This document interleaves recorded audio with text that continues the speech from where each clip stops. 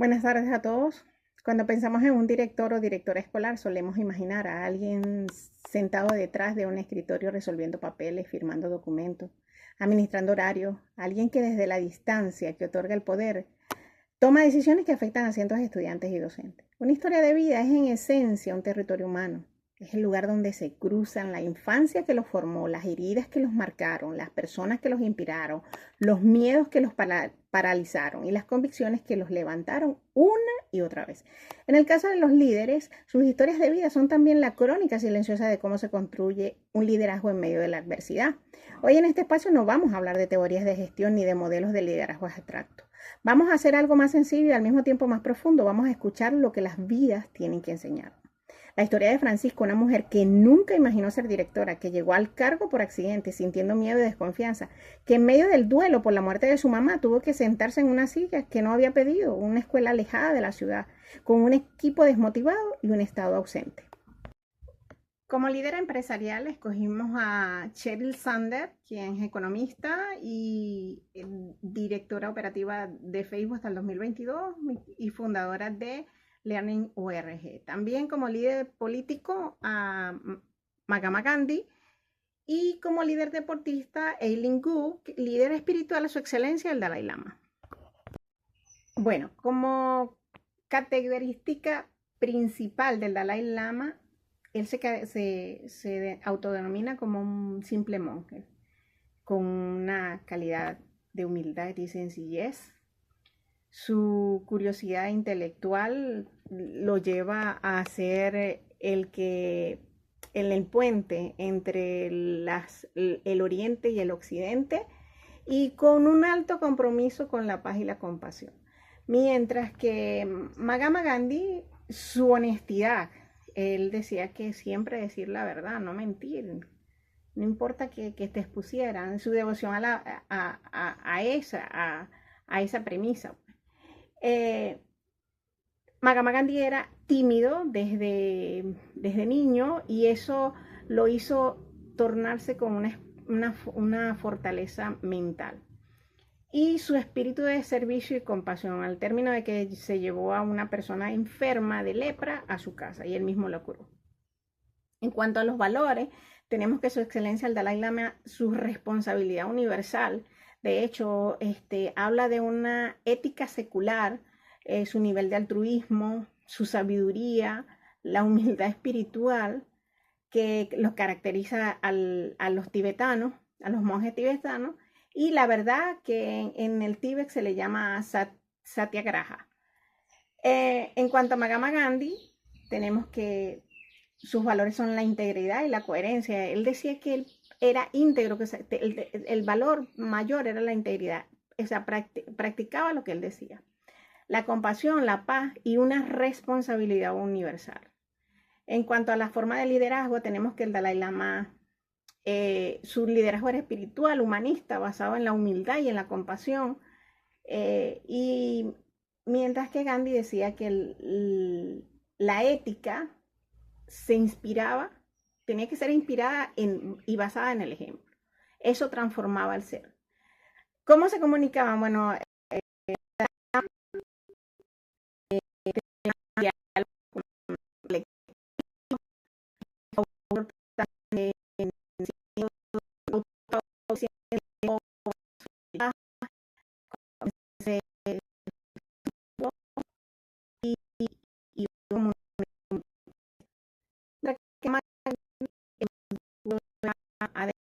una corporativa y, una estabilización social como una autogestión. Y él pensaba que el periodismo era la manera como se le debía llegar más rápido a la gente, era una manera de educar a las personas. En cuanto a cómo manejaban los problemas y emociones, su excelencia el Dalai Lama transmitía paz. En cuanto él decía que no había que caer en conflicto, simplemente había que estudiar a la otra persona. Y mientras estudiabas, observabas o autocontemplabas a tu enemigo, tenías tú que tener un control emocional. Y Mahatma Gandhi su manera de no violencia lo llevó a sufrir, esperaba el golpe, mas no, o sea, su revolución fue sin alma.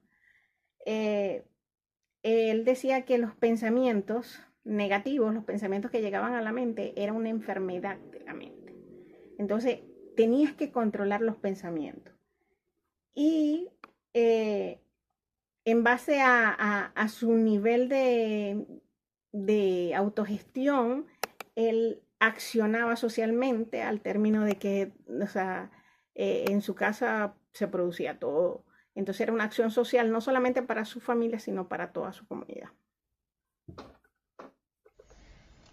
Hoy vamos a analizar el liderazgo de tres figuras en contextos diferentes. Primero, en el ámbito empresarial tenemos a Sheryl Sandberg, en el ámbito deportivo a Eileen Gu y en el educativo tenemos a Francisca, que fue el caso que nos corresponde explicar, ¿sí? Aunque son áreas diferentes, todas tienen elementos claves del liderazgo. En cuanto a los valores, Sandberg promueve la igualdad de género y el trabajo en equipo. Eileen Gu refleja perseverancia y superación personal, y Francisca destaca por el sentido de justicia social, responsabilidad y vocación educativa. En el caso de Francisca, la labor que tiene con los niños y jóvenes demuestra cómo esos valores se traducen en acciones concretas dentro y fuera de la escuela. Con respecto a la categoría de la forma de liderazgo, las tres líderes tienen estilos distintos. Sandberg ejerce un liderazgo colaborativo y orientado a resultados. Eileen Gu lidera con el ejemplo, demostrando excelencia en su desempeño, y Francisca aplica un liderazgo humanista, inclusivo y comunitario. Francisca, por ejemplo, se involucra con los docentes, con los estudiantes y la comunidad en la toma de decisiones y promueve el trabajo en equipo a través de proyectos educativos. ¿Cómo manejan los problemas y las emociones? Sandberg, por su parte, toma decisiones basadas en datos y mantiene el control emocional. Eileen maneja la presión en competencia y aprende de sus errores. Y Francisca enfrenta situaciones complejas con resiliencia, creatividad y apoyo comunitario. Cuando Francisca tuvo que dirigir en medio de la crisis institucional, la falta de recursos y los problemas personales, aún así ella buscó soluciones mediante alianzas, el trabajo comunitario y el aprendizaje constante. Finalmente, la comunicación. Sandberg se comunica de forma clara, directa y motivadora. Eileen proyecta una imagen segura e influyente, especialmente en medios de comunicación. Y Francisca mantiene una comunicación empática, cercana y horizontal. Cuando fue la pandemia, Francisca utilizó herramientas como WhatsApp y visitas al personal para mantener la motivación y el sentido de pertenencia en su equipo. Ahora bien, ¿qué valores en comunes tienen estos 5 líderes? Lo primero, la resiliencia, que yo diría que son muy autopoéticos, resurgen no solamente de la habilidad de superar las barreras, sino de su ímpetu de querer hacer las cosas, no solamente por el bien de ellos, sino por un bien común. Su liderazgo ha trascendido en cuanto a las figuras que hemos presentado, y lo principal es la comunicación efectiva. Y todo su legado se ha desbordado en influenciar a otros y adaptarse al cambio. Además de analizar las fortalezas de estos líderes, es importante reconocer que el liderazgo también implica enfrentar críticas y controversias. En el caso de Sheryl Sandberg, su liderazgo en Facebook fue cuestionado por problemas relacionados con privacidad de datos y la desinformación. Por otro lado, Eileen Gu generó debate al representar a China en Juegos Olímpicos, y esto abrió discusiones sobre identidad y decisiones personales en figuras públicas. En cuanto a los líderes históricos y espirituales, Mahatma Gandhi, aunque es reconocido por la no violencia, también ha sido cuestionado por algunas posturas personales y sociales que hoy generan debate. Y Dalai Lama ha enfrentado críticas mediáticas que han puesto en discusión su imagen pública, mostrando que incluso líderes espirituales no están exentos de cuestionamientos. Hoy tendremos nuestra entrevista con la profesora Lilian Angulo, que nos va a contar un poco más de qué es la felicidad, profesora. La felicidad son estados de vida. Yo creo que la felicidad no es permanente, son estados momentáneos en los que nos sentimos en plenitud con lo que hacemos, con quienes estamos, también por los logros de los demás.